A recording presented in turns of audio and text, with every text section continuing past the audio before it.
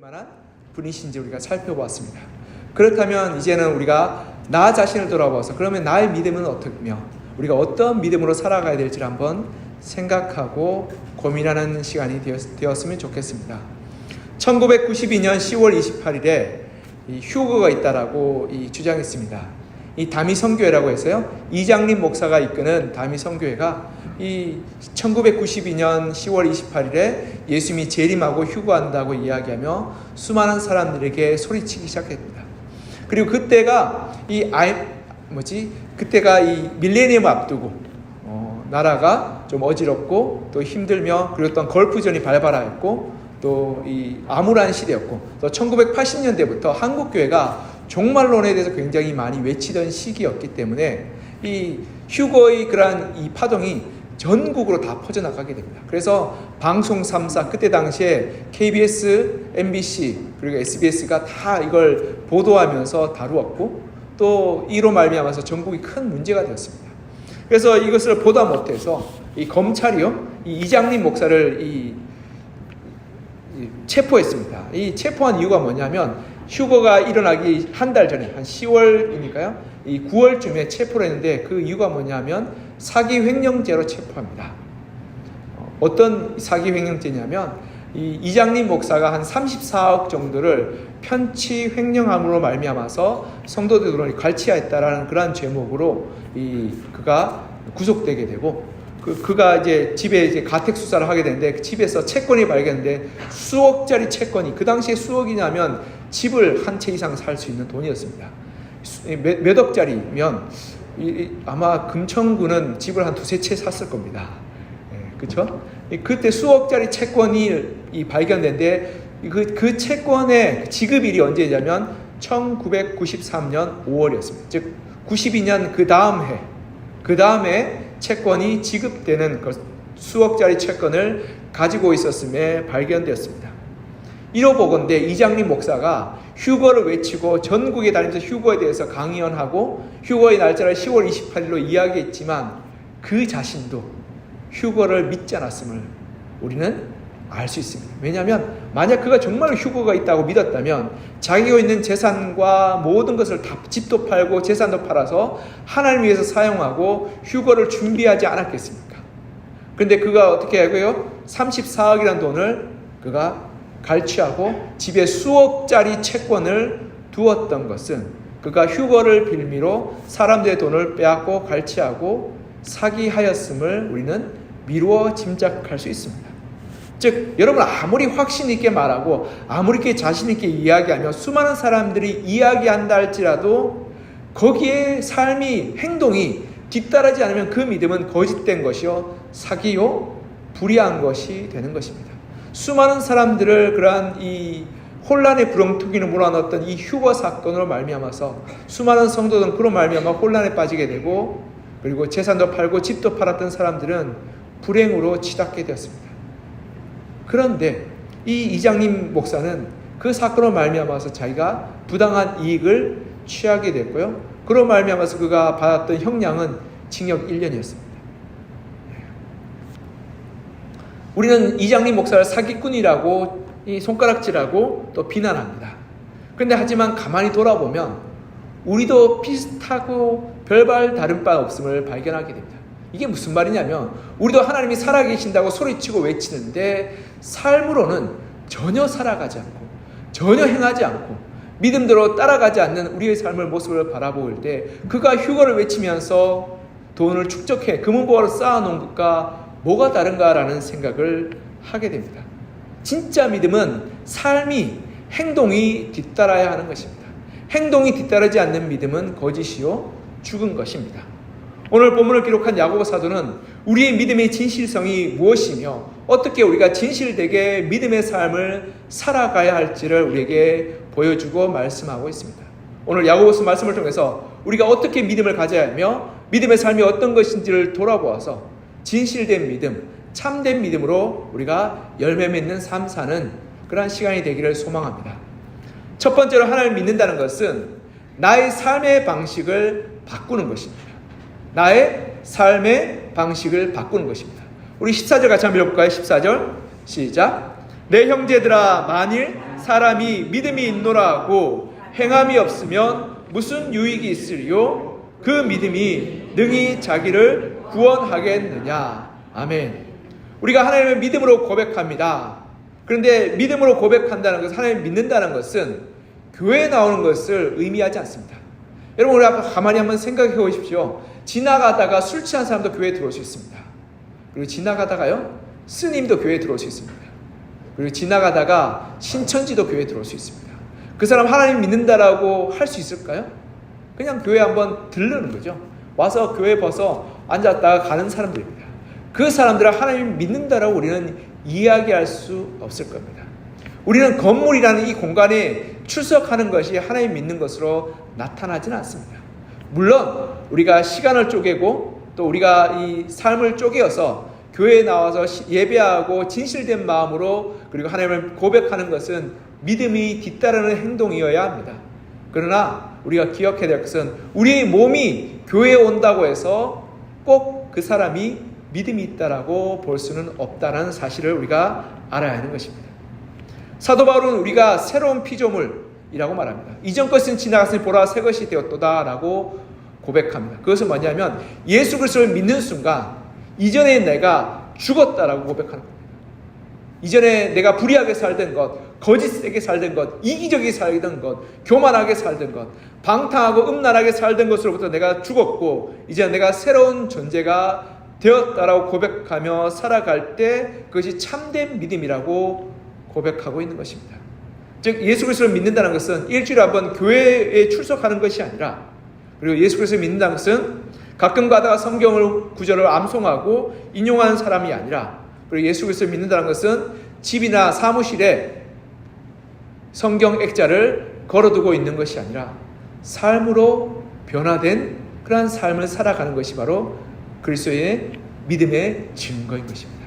즉 내가 하나님을 믿는다는 것은 나의 가정에서, 나의 일터에서, 내가 만난 사람들의 관계에서 믿음의 삶을 살아가는 것을 나타내고 의미하고 있음을 오늘 야고보서 사도는 이야기하고 있습니다. 제가 예전에 말씀드렸다시피 제 대학 다닐 친구가 이런 얘기를 했습니다. 저한테 하소연을 하면서 저보고 야단쳤습니다. 목사가 똑바로 목회를 해야 하더라고요. 제가 어안이 없었습니다. 그래서 내가 목회 잘못한 게 뭐가 있냐라고 물어봤습니다.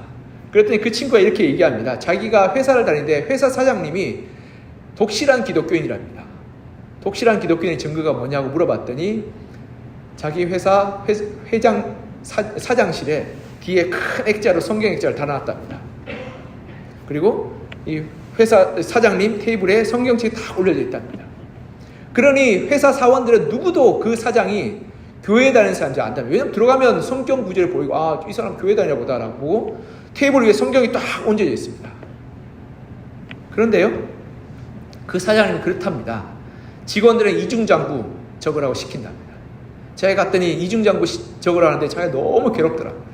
나 못하겠다고 얘기했답니다. 그리고 폭언을 일삼고 똑바로 하라고 이야기하고 이 직원들을 무시하고 그리고 부정한 일을 서슴지 않고 시킨답니다. 자기가 교회 다니는데, 자기는 교회 다니는 기독교인인데 직원들이 교회라면 치를 떤답니다. 어떻게 교회 다니면서 저럴 수 있냐고. 그러니까 부끄러워서 자기가 교회 다닌다는 이야기를 직원들한테 말 못한다는 거죠. 그래서 자기는 차마 교회 다니지 못한다고, 그래서 시험에 들어서 교회 그만둘까라고 생각했답니다. 그러면 저보고 목사가 성도 똑바로 안 가르쳐요 그러니까 똑바로 가르치라고 저한테 야단쳤습니다. 제가 우리 교회 성도는 아니지만 미안하다고 그랬습니다. 죄송하다고. 목사가 성도님들을, 교인들을 제대로 가르치지 못해서 죄송하다라고 이야기했습니다. 물론 우리 교회 성도님들 중에서는 그런 분 안 계실 줄 제가 믿습니다. 안 계실 줄 믿습니다. 여기서 아멘 안 하면 제가 당황스럽습니다. 여러분 안 그러시죠? 그죠? 가정에서 일터에서도 안 그러실 줄 제가 믿습니다. 제 눈빛을 보고. 네. 여러분 하나님 믿는다고 말하면서요, 삶이 전혀 바뀌지 않고 입으로만 신앙생활하는 분들이 있습니다.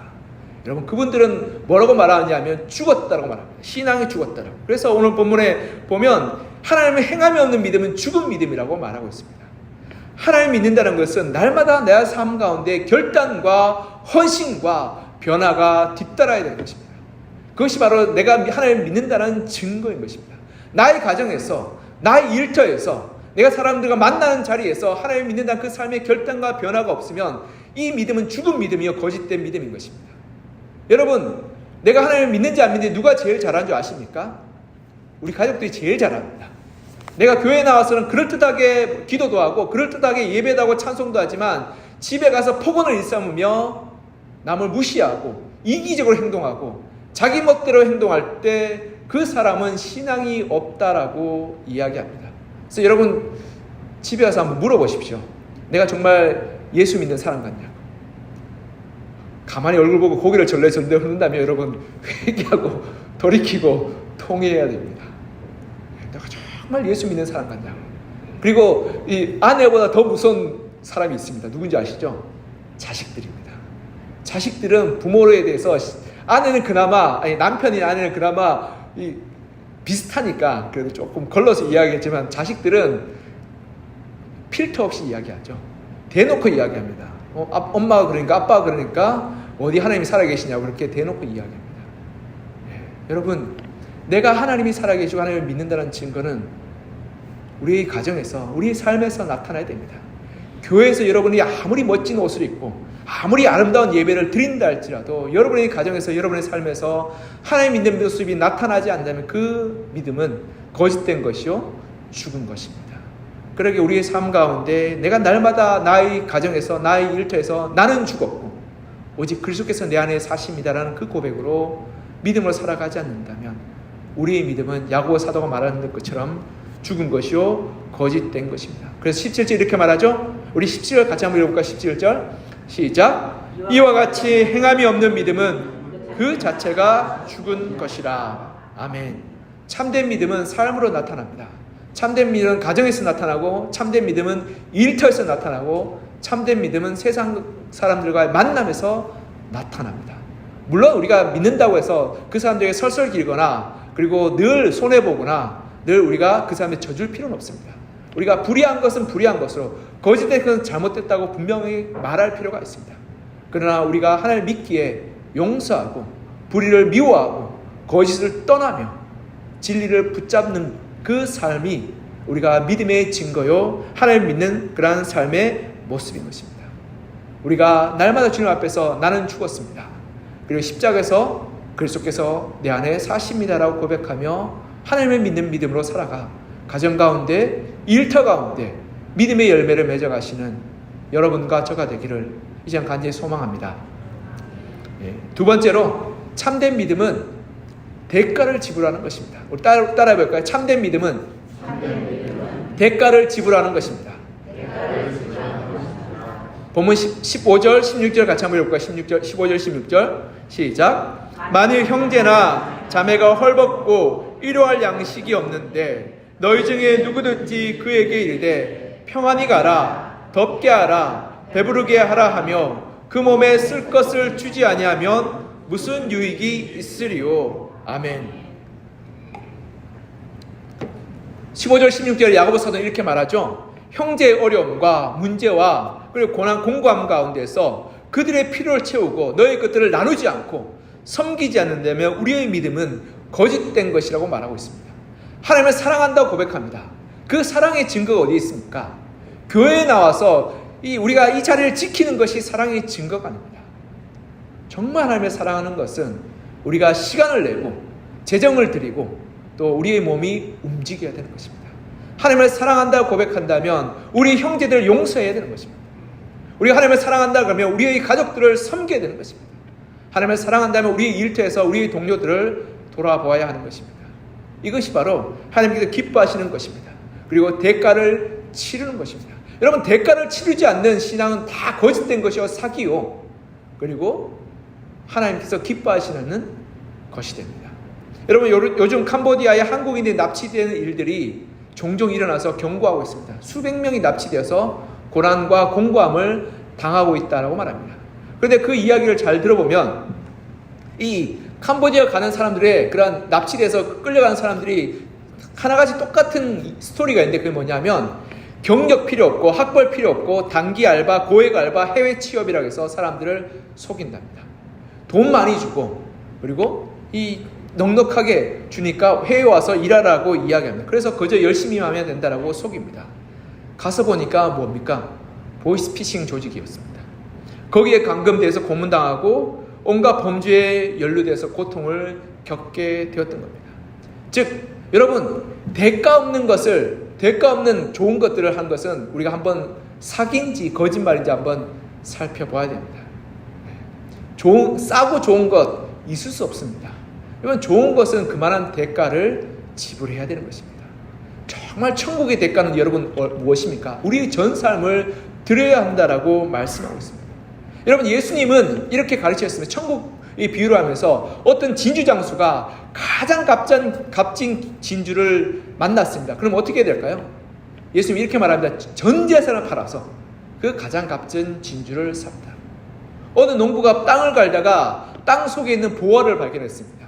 그 당시에는 워낙 전쟁이 많아서 이 땅 속에 보화를 묻어두고 도망갔는데 가다가 죽어버리고, 가다가 사람들이 그러면 땅 속에 보화가 묻혔는지 모르는 경우가 많았습니다. 비일비재했습니다. 그래서 땅을 갈다가 보화를 발견했는 농부는 어떻게 하냐면 전 재산을 팔아서 모아서 그 땅을 샀던 겁니다. 그만큼 좋은 것은 대가를 지불해야 됩니다. 믿음도 마찬가지입니다. 하나님께서 우리에게 은혜 주시면 우리가 마땅히 믿음에 대한 대가를 지불하는 것입니다. 그것이 참된 신앙이요, 하나님이 기뻐하시는 신앙인 것입니다. 그런데요, 요즘 교회에서 보이스피싱처럼 그렇게 사람들을 속이고 사기치는 것을 제가 가끔 봅니다. 교회에서 보이스피싱 한다니까 깜짝 놀라시는 분이 있는데요. 여러분, 제가 이런 설교를 들었습니다. 여러분, 복 받고 싶지 않습니까? 영원한 천국에서 행복한 삶 누리고 싶지 않겠습니까? 하나님이 예비하신 건강과 부를 누리고 싶지 않습니까? 라고 설교합니다. 물론 하나님 믿으면 복 받죠. 근데 어떤 설교자는 이렇게 말합니다. 하나님 믿으면 부자 됩니다.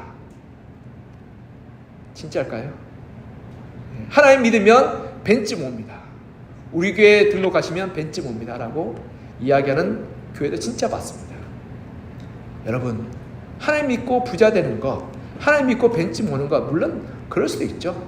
그러나 하나님 믿고 핍박받고 고난받고 공고해질 수도 있습니다. 이런 여러분 다니는 회사가 온갖 불법과 탈세와 부정함이 있을 때 여러분 하나님 믿으면 어떻게 될까요? 더 마음이 괴롭고 고통스럽고 그 회사를 그만둬야 되지 않겠습니까? 그것이 하나님을 올바르게 섬기는 믿음의 자세 아니겠습니까? 내가 불의와 거짓과 타협하지 않겠다는 믿음이 진짜 하나님을 믿는 사람 아니겠습니까? 그러기 위해서 우리는 믿음의 대가를 지불해야 되는 것입니다. 이럴 때 어떤 사람들은 온갖 거짓말과 탈세로 하나님 싸게 팝니다. 예를 들어 중국에 있는 물건을 떼와가지고 한국 국산으로 속여서 폭리를 취합니다. 싸게 팔죠. 그런데 정직한 상인들 어떻게 됩니까? 한국인들은 물건을 떼오면 비싸게 팔 수밖에 없습니다. 그러하게 때로는 손해보고 때로는 힘들 수밖에 없는 겁니다. 다른 사람 다 거짓말할 때 우리는 진실을 말해야 되고, 다른 사람 다 불의할 때 우리는 의로워야 되기 때문에 그렇습니다. 그리고 더 나아가 하나님, 우리가 편안하고 안락한 곳에서 신앙생활을 하는 것이 아니라 우리 주님께서는 십자가를 지고 주님을 따르라고 말씀하셨습니다. 그래서 믿는다는 것은 십자가를 지고 섬기고 나누고 봉사하고 헌신하는 것을 의미하고 말씀하고 있습니다. 그러하게 우리의 시간이 드려져야 되고 우리의 지갑이 열려져야 되고 우리의 육신이 헌신되어야 하는 것입니다. 이것이 바로 믿음의 증거인 것입니다. 여러분, 우리 믿음의 한국교회에 처음 왔을 때, 처음 우리나라에 들어왔을 때, 부흥운동이 한국 사회를 뒤덮었을 때 성도들이 시간의 11조를 드리기 시작했습니다. 한 달에 하루에서 이틀 정도 시간을 내서 하루 종일 전도하러 다녔습니다. 왜냐하면 내가 하나님을 섬기는 믿음이 시간의 11조를 드리겠습니다. 재정의 11조는 물론 드렸지만 시간의 11조 드리겠다고 말하며 고백하며 전도하며 봉사하고 섬겼습니다. 물론 주일은 하루 종일 하나님을 섬겼고 그 외에 평일날 하루를 내서 전도하고 봉사하고 섬겼습니다. 그러한 이 부흥의 운동으로 말미암아서 권사란 직분이 우리나라에 생기게 되었던 것입니다. 복음 전가하고 그리고 전도하는 직분으로 권사란 분이 생기게 되었습니다. 그만큼 이 우리나라의 직분이 참 귀하고 아름다운 믿음의 유산인 것입니다. 하나님을 믿는 신앙은 그렇기에 우리가 대가를 지불합니다. 시간을 내어서 섬기고 돈을 내어서 베풀고 나누며 그리고 우리의 육신을 내어서 봉사하고 헌신하고 섬기는 것입니다. 이것이 하나님을 믿는 참된 믿음의 모습이며 주님의 제자가 되는 모습인 것입니다. 사랑하는 성도 여러분, 여러분 하나님을 믿는다고 고백하면서 여러분은 어떤 대가를 지불하셨습니까? 여러분 어떤 희생을 감내하셨습니까? 그리고 어떠한 손해를 감당하셨습니까? 여러분이 여러분의 시간도 눈곱만큼도 손해보지 않고 여러분의 재정도 1원 한 장도 손해보지 않으며 여러분이 늘 편안하고 그리고 여러분이 늘 이 편리한 삶만 추구할 때 우리는 하나님의 십자가, 예수 그리스도의 믿음과는 엄청나게 떨고 먼 그러한 신앙으로 살아가게 될 것입니다. 참된 신앙은, 우리 주님을 기뻐하시는 신앙은 우리가 대가를 지불하여서 시간을 드리고 돈을 드리고 그리고 육신을 들여서 하나님을 섬기고 우리 주위에 어렵고 힘든 일을 돌보고 사랑하는 것입니다. 그것이 참된 그리스도인의 모습이요 참된 제자의 모습인 것입니다. 우리가 우리 삶 가운데 하나님을 위해서 마땅한 대가를 지불하여서 우리 십자가를 지고 가정을 섬기고 일터에서 수고하여서 하나님의 일들을 이루어 가시는 여러분과 저가 되기를 그냥 간절히 소망하며 축복합니다. 마지막으로 참된 믿음은 머리로 아는 신앙이 아니라 삶으로 살아내는 신앙입니다. 우리 따라해 볼까요? 머리로 아는 신앙이 아니라 삶으로 살아내는 신앙입니다. 19절 같이 한번 읽을까요? 19절 시작. 내가 하나님은 한 분이신 줄을 믿느냐? 잘하는도다 귀신들도 믿고 떠느니라. 아멘. 우린 종종 하나님 관해서 많이 알면 믿음이 좋은 것으로 여깁니다. 저도 그런 사람 중에 한 명이었습니다. 저는 모태신앙으로 자랐습니다. 우리 할머니 때부터 예수 믿었습니다. 할머니 때부터 예수 믿어서 저희 어머니가 자랑스럽게 너는 뱃속에 태에 있을 때부터 교회 다녔다라고 어머니께서 자랑스럽게 이야기했습니다. 그러면서 저를 위해서 기도해 주시고 축복해 주셨습니다. 그래서 너 복 받을 거야 라고 이야기했습니다. 어릴 때부터 교회 다녔습니다. 교회 다니는 게 너무 당연했고 또 우리 가정이 모일 때마다 예배 드렸습니다. 그러니까 성경을 아는 것이 너무나 당연했습니다. 그러니까 교회 학교죠. 교회 학교 모임 가서 성경 퀴즈 대회 하면 1등 했습니다. 그리고 암송 퀴즈 대회 하면 제가 상 받고 왔습니다. 그러니 성경 66권 다 알고 있었고 또 어떤 성경은 달달 외웠습니다. 중고등학부 때는 교회학교 학생회장까지 했습니다. 주변의 친구들은 제가 성경 가장 많이 알고 있으니까 신앙이 제일 좋은 줄 알았습니다. 제가 대학 때 이제 고향에서 상경하여서 서울로 올라왔습니다. 저 혼자 신앙생활을 하게 됐습니다. 제 삶 가운데 어려움과 슬픔과 고난이 닥치자 제 믿음이 흔들렸습니다. 그리고는 하나님 어디 계신지 고민하게 됐습니다. 그때 제가 깨달았습니다. 머리로 아는 신앙, 성경 많이 알아도 하나님을 만나지 않으면 아무 소용이 없구나라는 걸 알게 되었습니다. 성경은 정작 많이 아는데 하나님과 깊이 있는 관계도 없었고 어떻게 하나님을 만나야 되는지도 모르는 그런 껍데기만의 신앙이었습니다. 그래서 제가 그때 참 많이 회개하고 뉘우쳤습니다. 그리고 오늘 본문의 말씀이 제 마음을 때렸습니다.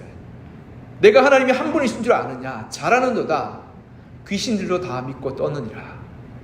여러분, 귀신들은 하나님을 대적하는 하나님의 원수입니다. 그들도 하나님이 있음을 알고 믿는다라고 이야기합니다. 그런데 그 믿음과 우리의 믿음이 어떤 차이가 있습니까? 우리의 믿음은 하나님의 자녀됨의 믿음 아니겠습니까?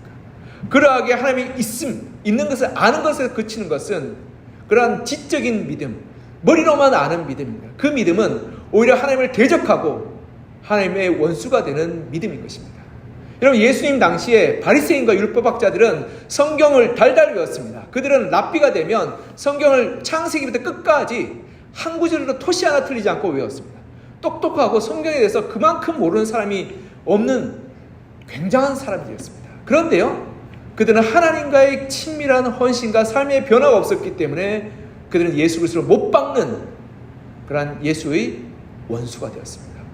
여러분, 여러분들이 말씀, 성경 구절로 머리로만 알면 하나님을 섬기는 자가 아니라 하나님을 가로막는 하나님의 원수가 되는 것입니다. 그러하게 우리가 삶으로 우리의 믿음이, 우리의 알미 나타나야 합니다. 물론 성경을 잘 알고 묵상하고 성경을 공부하는 것 너무 중요합니다. 그래서 꼭 배우고 익히고 말씀을 묵상했으면 좋겠습니다. 그러나 아는 것에 그친다면 여러분은 하나님의 원수가 되는 그러한 위험한 길로 빠질 수 있는 것입니다. 여러분, 우리 김용욱 씨라, 도울 김용욱 씨라고 혹시 들어보셨죠? 우리 김용욱 장로님 말고요. 도울 김용욱이라고 있습니다. 예전에 이 뉴스 공영 방송에서 많이 나왔던 사람입니다. 요한복음에 대해서 강의도 하시고 로마서 강의도 했습니다. 그 사람 하나님 믿지 않는 사람입니다. 그래서 성경을 많이 읽었답니다. 성경을 많이 읽었기에 여러분 성경에 대해서 잘 안다고 그런 강의했습니다. 그런데요, 그의 강의로 한 사람도 구원받거나 변화되거나 삶의 풍성함을 누리지 못했습니다. 오히려 수많은 사람이 시험에 들어서 신앙을 잃어버리게 되고 하나님을 떠나게 됐습니다. 그는 성경을 많이 알았지만 그러나 하나님과의 관계가 없었기 때문에 그는 하나님과 원수가 되었던 것입니다. 사랑하는 성도들, 우리가 이렇게 두려운 마음으로 하나님을 신앙했으면 좋겠습니다. 내가 성경을 많이 아는 것으로 나의 자랑을 삼지 않았으면 좋겠습니다. 내가 많이 하면 알수록 오히려 하나님의 원수되고 하나님을 대적하고 하나님을 가로막는 그러한 위험에 빠질 수 있는 것입니다. 많이 아는 것이 중요한 것이 아니라 삶으로 살아내는 것이 더 중요합니다. 우리가 삶으로 살아낼 때 한 구절 알아도 그것을 삶으로 살아내게 될 때 그것이 우리의 믿음이 되고 우리의 능력이 되고 우리의 소망이 되는 것입니다. 한 남자분이 예수를 믿게 됐습니다. 교회에 안 다니다가 예수를 진짜로 믿게 됐습니다. 그리고 삶이 변했습니다. 그 옆에 있던 친구가 술 친구였습니다. 술 마시러 가자고 계속 이야기하니까 요지부동이었습니다. 그러니까 그 친구가 심통이 났습니다. 그래서 물어봤습니다. 너 교회 열심히 다닌다 그러는데 성경 몇 권인지 아냐 물어봤습니다. 교회 다닌 지 1년도 채 안 됐거든요. 그래서 성경이 몇 권인지 잘 기억이 안 났습니다. 그래서 몇 권인지 잘 모르겠다라고 대답했습니다. 그러니까 그 친구가 이렇게 이야기했습니다. 자기는 어릴 때 교회 다녔거든요. 야, 성경 66권이야. 그것도 모르면서 어떻게 교회 다닌다고 이야기할 수 있어라고 핀잔을 줬습니다. 그러니까 이 예수 믿은 친구가 이렇게 대답했습니다. 내가 성경이 몇 권인지는 잘 모르겠다. 그런데 확실하게 내가 알고 믿는 것은 하나님이 나의 삶을 변화시켰다는 거예요. 그리고 하나님이 우리의 가정도 변화시켰다는 거예요. 그래서 너도 그 하나님을 알고 만났으면 좋겠다. 여러분, 하나님의 능력, 진짜 믿음은 아는 것에 있지 않습니다.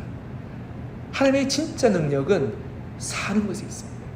그 삶을 살아가게 될 때 하나님의 능력이 우리 삶 가운데 나타나게 되고 우리의 삶을 바꾸게 되며 우리의 가정과 우리 일터를 새롭게 하여 주시는 것입니다. 우리가 성경을 알 때 그 알을 우리가 살아내기를 결단하고 다짐하고 그리고 헌신하여서 삶으로 신앙하는, 삶으로 믿음을 증거하는 여러분과 저가 되기를 이제 간절히 소망하며 축복합니다. 말씀을 맺겠습니다. 하나님 믿는다는 것은 단순히 교회에 나와서 자리를 덮이는 것이 아닙니다. 그리고 하나님 믿는다는 것은 우리가 성경을 많이 아는 것도 아닙니다. 하나님 믿는다는 것은 우리의 삶 전체가 변화되어서 내가 죽고 하나님이 우리 삶 가운데 사시는 것입니다. 그리고 하나님이 우리의 삶의 주인 되시고 우리가 하나님을 믿는다는 것은 하나님을 향한 우리의 마땅한 대가를 지불하는 것입니다. 하나님께서 우리가 시간을 사용하고 하나님께서 우리가 재정을 사용하고 하나님께서 우리가 우리의 육신을 들여서 섬기고 봉사하는 것이 바로 믿음의 증거인 것입니다. 그리고 더 나아가 아는 것에서 그치지 않고 그 알을 삶으로 살아내는 것입니다.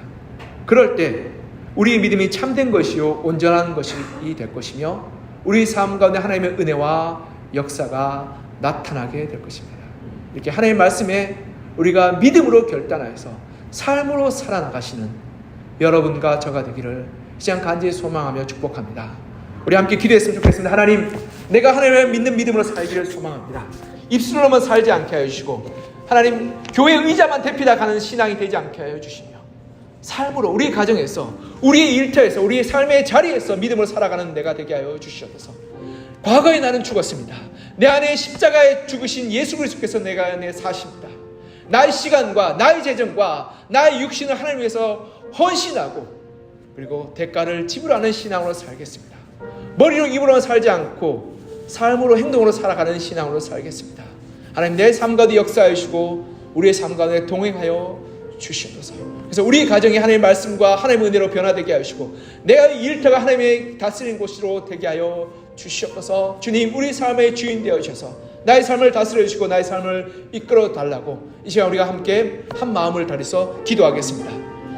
하나님 아버지, 이 시간 주님 앞에 우리가 간절한 마음으로 부르짖고 기도합니다. 하나님, 우리가 주님을 고백하며 주님을 믿음으로 인정하며 주님이 나의 주, 나의 하나님을 고백합니다. 하나님, 내가 믿음의 고백처럼 하나님이 나의 삶의 주인 되심을 고백하게 하여 주시고, 이전에 나는 죽었습니다. 이전에 세상 가운데 방탕하고 세상의 기쁨과 즐거움을 쫓아가는 나는 죽었습니다. 이제는 그리스도 하나님께서 내 안에 사시고 내가 그리스도로 말미암아 새로운 피조물, 새로운 사람이 되었습니다. 이전에 과거의 모습으로 살지 않게 하시고 과거의 그런 방식으로 우리가 행하지 않게 하시고 습관대로 살지 않게 하여 주시옵소서. 그래서 우리의 입술과 우리의 눈과 우리의 귀와 우리의 그런 모든 마음과 우리의 손과 발이 이제는 것과 다른 그러한 하나님의 것임을 고백합니다.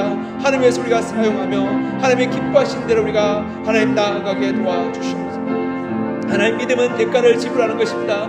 우리 주님께서 우리를 위해서 십자가에서 물과 피를 흘렸던 것처럼 우리가 또한 십자가를 지고 주님을 따르게 하여 주시옵소서.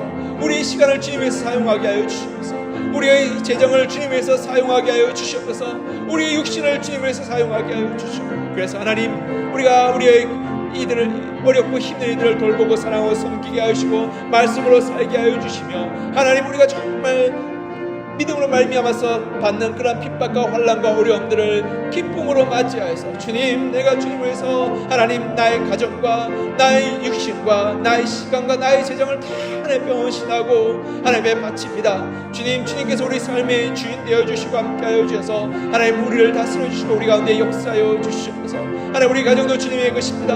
우리 일터도 주님의 것입니다. 나의 육신도 주님의 것입니다. 나의 재정도 나의 지갑도 주님의 것입니다. 주님 위해서 사용하고 주님 위해서 우리가 헌신하겠습니다. 우리가 믿음으로 살기를 소망하니 주와 도우시고 역사하여 주시며 은혜 베풀어 주시옵소서. 하나님, 우리가 머리로만 아는 신앙이 아니라, 그래서 입술로만 하나님 이야기하는 신앙이 아니라 삶으로 살아가는 신앙이 되게 하시고, 우리 입술의 고백이 삶으로 살아나서 정말 교회를 섬기며 교회를 위해서 헌신하며 하나님 주의 복된 몸된 하나님 공동체를 위해서 우리가 주의 복음을 들고 나아가는 건강한 믿음으로 살게 하여 주셔서 믿음으로 살아서 주의 믿음의 열매를 맺어가는 저희들 되게 하여 주시옵소서. 주께서 우리 가운데 함께 하시길 소망하며, 사랑하는 하나님 아버지, 우리가 주님을 나의 주 나의 하나님을 고백합니다. 주님을 우리가 믿음으로 고백합니다. 하나님, 우리가 믿는 믿음의 그러한 증거가 하나님 우리 입술에 있지 않고 삶에 있음을 고백합니다. 하나님, 우리의 삶이 하나님의 것임을 고백합니다. 하나님, 이전에 나는 죽었습니다. 세상을 즐거워 허랑방탕하며 세상을 쫓아가는 나의 모든 것이 죽었습니다. 세상을 바라본 나의 눈이 죽었고, 세상의 그러한 것에 귀를 기울인 나의 귀가 죽었고, 세상의 것을 말하던 나의 입술이 죽었으며, 세상의 것을 쫓아가던 나의 발과 손이 죽었습니다. 그리고 세상의 것을 즐거워하던 나의 마음이 죽었습니다. 오직 내 안에 예수 그리스도께서 사심을 고백합니다.